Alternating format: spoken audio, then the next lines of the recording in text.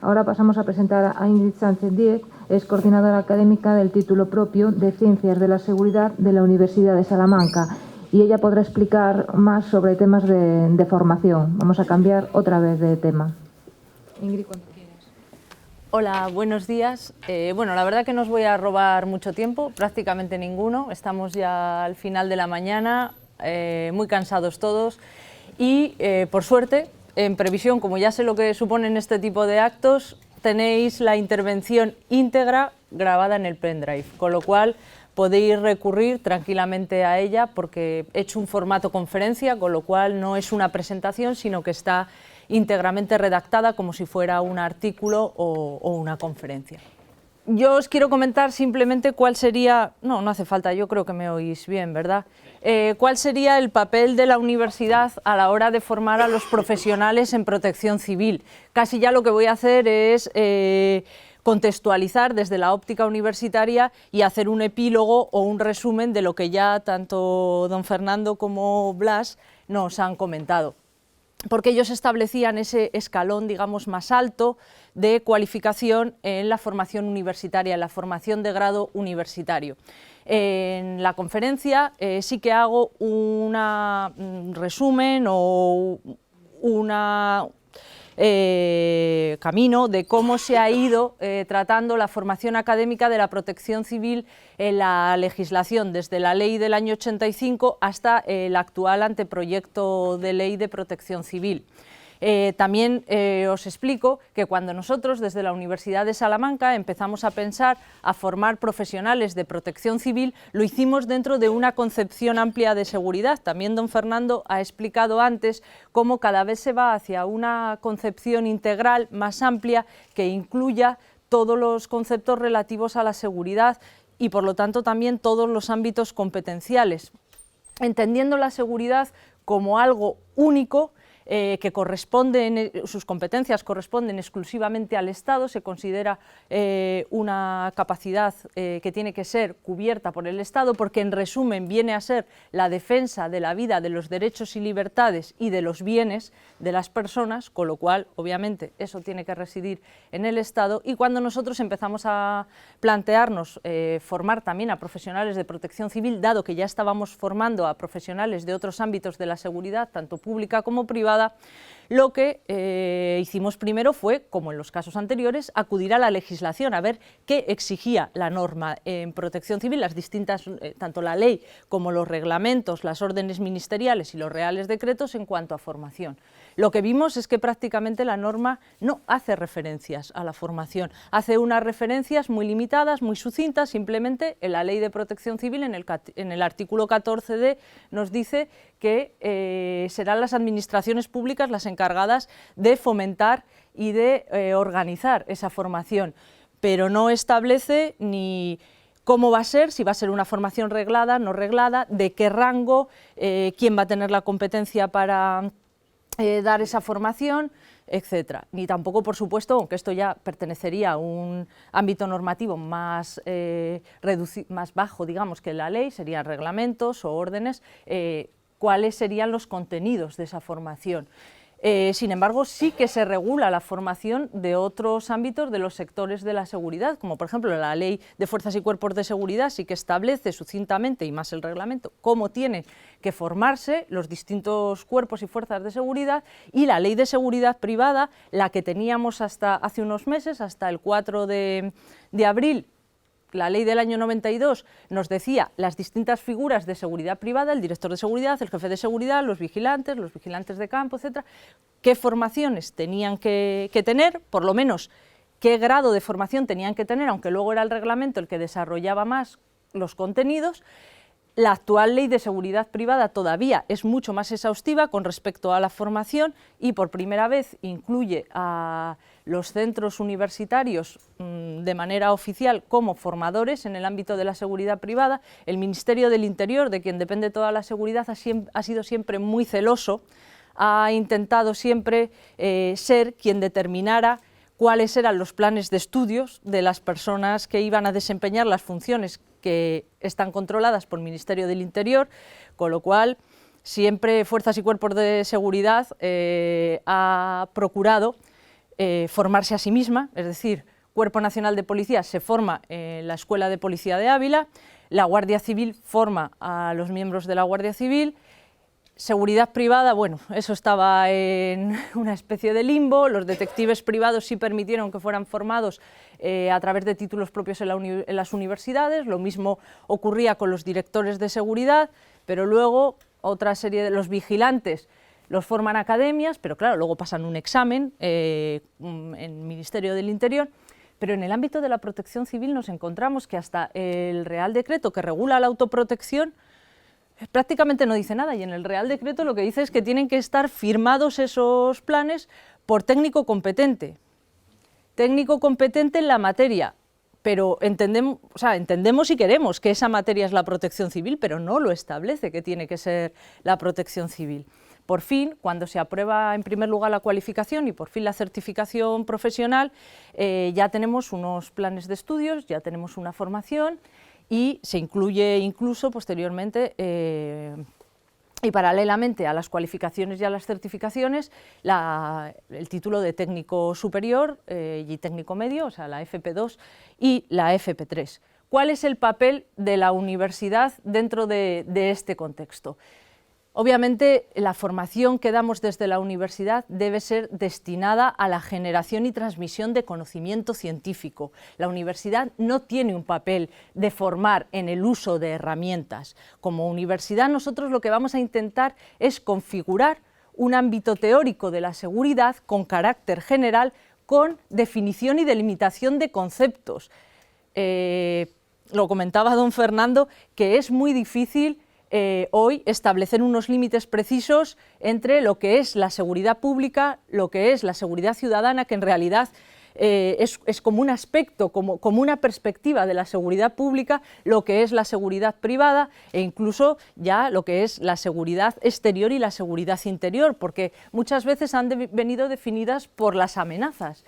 Y ahora las amenazas cada vez son más difusas o cada vez tienen una naturaleza más híbrida. Pueden venir configuradas por muchos aspectos que hagan que realmente no sepamos muy bien por dónde encuadrarlas. De hecho, el que no tengamos unas formaciones académicas universitarias en materia de seguridad implica que no tenemos docencia universitaria, pero significa sobre todo que no tenemos investigación.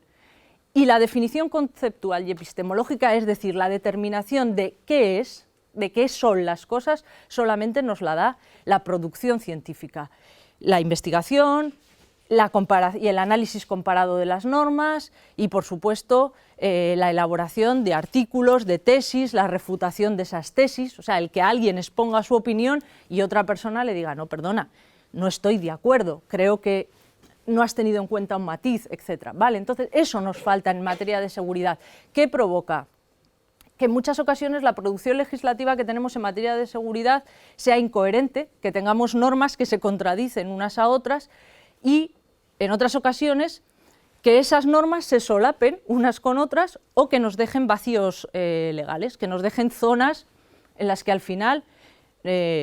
la norma no dice quién tiene que intervenir o cómo tiene que intervenir. De hecho, no es, a la luz de ese intento de configurar una legislación unitaria en materia de seguridad, no es extraño que ahora nos encontremos en este año 2014 con que la Ley de Seguridad Ciudadana está en proceso de aprobación, ya tenemos proyecto de ley, en principio estaba previsto que en el mes de diciembre se aprobara. No ha sido así, o sea, creemos que no va a ser así, que no se va a llegar a que se apruebe ahora en el mes de diciembre. Tenemos una ley de seguridad privada que se aprobó en el mes de abril, el 4 de abril de este mismo año, y tenemos un anteproyecto de ley de protección civil que en el mes de septiembre se presentó, que seguirá la preceptiva tramitación parlamentaria. Con respecto a la formación de los voluntarios, os comento algo curioso que vi el otro día, además, preparando esta charla, esta conferencia, es que en la disposición adicional primera, me parece que es, del anteproyecto, se hace referencia a la formación de los voluntarios de protección civil, pero solamente se dice que serán las administraciones públicas las encargadas de realizar esta formación. Bueno, por lo visto, el propio Partido Popular, que es el impulsor de esta norma, el redactor del anteproyecto, se ha dado cuenta de que no es suficiente con esa referencia que hace la norma, que es necesario desarrollarlo un poco más incluso en la ley. Y encontré un vídeo del partido de UPyD en el que salía Rosa Díez, su líder, haciendo una intervención en el Senado en la que decía que sí, que UPyD iba a votar a favor de la propia enmienda que se ha hecho el Partido Popular, es decir, de la incorporación que quería hacer el partido que apoya al Gobierno para que se refuerce ya dentro del propio anteproyecto y que eso vaya al proyecto con respecto a la formación de los voluntarios. No os puedo decir nada más porque realmente no he conseguido saber en qué línea se quería trabajar, pero bueno, que sepáis que incluso esto que hemos estado discutiendo y que se ha planteado aquí, pues sí que se va a desarrollar más. Con respecto a la labor de la Universidad de Salamanca, pues simplemente para que esto no sea un publireportaje, porque obviamente formación en protección civil la vienen desarrollando otras universidades, incluso algunas antes que nosotros, como la Universidad de Valencia, que ha trabajado durante bastante tiempo. La Universidad de Las Palmas tiene incluso un título propio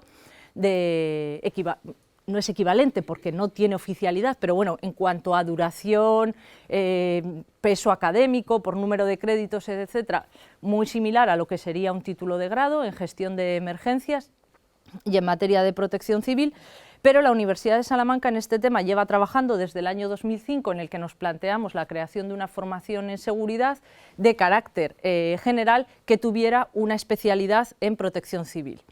Están muy interrelacionadas todas las áreas, de hecho, la propia Ley de Seguridad Privada regula en su artículo algunas funciones que son más bien de seguridad, bueno, más bien no, son realmente de seguridad pública, como la vigilancia perimetral de los centros penitenciarios. Eso debería estar en la Ley de Seguridad Ciudadana, aunque sean los agentes de seguridad privada, los que eventualmente puedan realizar esas funciones. Con el tema de la autoprotección nos ocurre. Nosotros en el título de director de seguridad, esos planes que, como hemos visto, podemos concluir que tienen que ser firmados por un técnico en protección civil, luego quien va a tener que implementarlos, quien va a tener que poner en funcionamiento ese plan es un director de seguridad. Y un director de seguridad es un profesional, es personal de seguridad privada, con lo cual veis que las relaciones son muy estrechas entre los distintos sectores y las distintas áreas, con lo cual no es descabellado que por lo menos la base de su formación universitaria de definición de conceptos, de conocimientos básicos en el área jurídica, en el área sociológica, en el área psicológica, sean comunes. Una gestión de crisis y emergencias interesa, por supuesto, a los profesionales de protección civil, pero interesa también a los profesionales de la seguridad pública, incluso a un director de seguridad, un profesional de la seguridad privada. Tened en cuenta que en el caso del Madrid Arena, por ejemplo, uno de los problemas más graves que hubo es que no había director de seguridad. No se encuentra, quiero decir. Ahí habréis oído que se ha responsabilizado a el jefe de la policía local en ese momento de Madrid, que se ha responsabilizado a las asistencias sanitarias, pero no se habla del director de seguridad. Lo que se ha hecho ha sido responsabilizar al dueño de la empresa que organizó el evento, porque no había un director de seguridad responsable de ese acto, ¿vale? Y es preceptivo, es necesario. Entonces, a lo que voy es que la interrelación es muy fuerte y, de hecho, el propio anteproyecto, en la exposición de motivos, lo que hace es recalcar que una de las finalidades básicas de la formación en protección civil es que se mejore la coordinación. Si todos los miembros del sistema tienen una formación básica, reglamentada, semejante, con unos contenidos, es mucho más fácil que vayan a reaccionar de una manera similar o que las labores de coordinación las tengan claras, sepan cómo hay que reaccionar, utilicen los mismos protocolos, etc. Eso ya os digo que está en la propia exposición de motivos. La universidad, cuando empezó a plantearse estos temas, ya os digo que va un poquito por ahí, va hacia un título de seguridad que tenga menciones, que tenga especialidades. Esto tiene una base académica, tiene una base que es la generación de una ciencia, la ciencia de la seguridad. Yo trabajo en un departamento que se llama Ciencias de la Seguridad, pero esas ciencias todavía no están configuradas como tal. Y también tiene otra razón, como ha explicado o ha dejado antes caer don Fernando, que es que bueno, está muy atomizada la profesión, con lo cual si hacemos un grado en protección civil y emergencias, el público o la cantidad de gente que iba a estar interesado en ese grado iba a ser limitada. Si hacemos un grado en seguridad privada o específicamente en director de seguridad, como pretenden algunos sectores, íbamos a atomizar todavía más. A los investigadores privados les llevamos por otra parte, a los profesionales de la seguridad pública pertenecientes a fuerzas y cuerpos de seguridad por otra, con lo cual ¿qué nos encontramos? Bueno, realmente podemos agrupar todo eso dando luego especialidades, ¿no? Y entonces tendríamos también más posibilidades de que todos esos profesionales estuvieran formados en la misma línea y además bien coordinados. Nosotros hemos hecho un convenio en el año 2011, un convenio marco con la Asociación Nacional de Especialistas en Protección Civil y Emergencias, la ANECCE. Este convenio se concretó unos meses más tarde, en el mes de octubre, en un convenio específico de colaboración, y empezamos a impartir, en base a la cualificación profesional, un curso superior universitario de Protección Civil y Emergencias, que realmente queríamos que fuera el paso previo para luego poder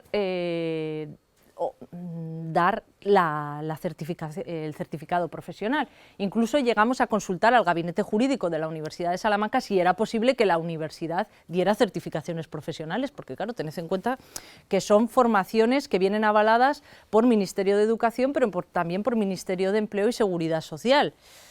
La universidad es el Ministerio de Educación, ahí siempre ha habido controversia, con lo cual, bueno, el gabinete jurídico hizo un dictamen que tenéis citado en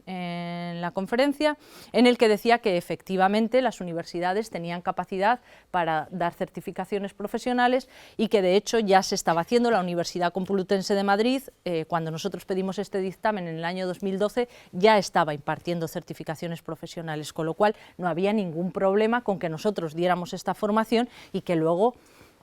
quienes hicieran con nosotros este curso pudieran acudir y se les reconocieran las certificaciones, ¿de acuerdo? A fecha de hoy, 15 de noviembre del año 2014, Salamanca no tiene este curso en la calle. ¿Por qué? Pues porque cuando salió la orden ministerial en la que se decía cuál iba a ser cuáles de las certificaciones profesionales podían ser susceptibles de ser impartidas a través de teleformación, no se incluyó la certificación de protección civil y emergencias. Y por distintas circunstancias, sobre todo, lo siento, pero de carácter económico, la Universidad de Salamanca en Ciencias de la Seguridad está orientada hacia la formación a distancia. Tenemos más de 12 años de experiencia en esta formación. Hemos dado los títulos propios tanto del diploma de criminología como de detective privado y en la actualidad también el curso de director de seguridad en formación a distancia. Y creemos que esta es la fórmula. De hecho, también en la conferencia, no vamos a entrar ahora porque os interesará menos y además es muy específico, comento cuáles son las herramientas que nosotros tenemos para impartir formación a distancia y que eso no haga en ningún caso disminuir ni la calidad ni bueno, pues, la obtención de conocimiento adecuado por parte de los alumnos. Y creemos que la formación en protección civil, tal y como demostramos en la impartición de ese primer curso, era perfectamente susceptible, o por lo menos con los contenidos que actualmente se exigen en la certificación, era perfectamente susceptible de ser impartida a distancia. Obviamente, hay un módulo que establece una serie de prácticas que se impartiría de manera presencial. Eso no hay ningún problema, porque de hecho también uno de los objetivos de nuestra formación a distancia siempre ha sido que los alumnos tengan tutorías presenciales a las que pueden o no asistir. En este caso sería obligatorio asistir a la parte práctica, pero bueno, se podría o no asistir. Para nosotros, en la experiencia de la formación a distancia, lo que tenemos claro es que lo único que sí debemos siempre respetar es que el alumno se sienta atendido y acompañado. Lo que no se puede es lanzar en una plataforma virtual o a través de un libro físico unos contenidos, unos materiales, y ese alumno no sienta que puede en cualquier momento recurrir a quien le pueda solucionar las posibles dudas que se le puedan generar, o incluso a los demás compañeros que le ayuden a saber si la forma en la que está trabajando es o no la adecuada. Muchas gracias por vuestra atención. Espero que esta pequeña intervención que he hecho os haya resultado útil y atractiva para que luego, si os apetece, acudáis, os leáis la conferencia, que ahí tenéis pues más detallado todo lo que os quería contar, incluso con todas las referencias normativas bien citadas, que yo ahora algunas pues o me las he saltado o sinceramente no recuerdo exactamente cuáles eran. Vale, muchísimas gracias.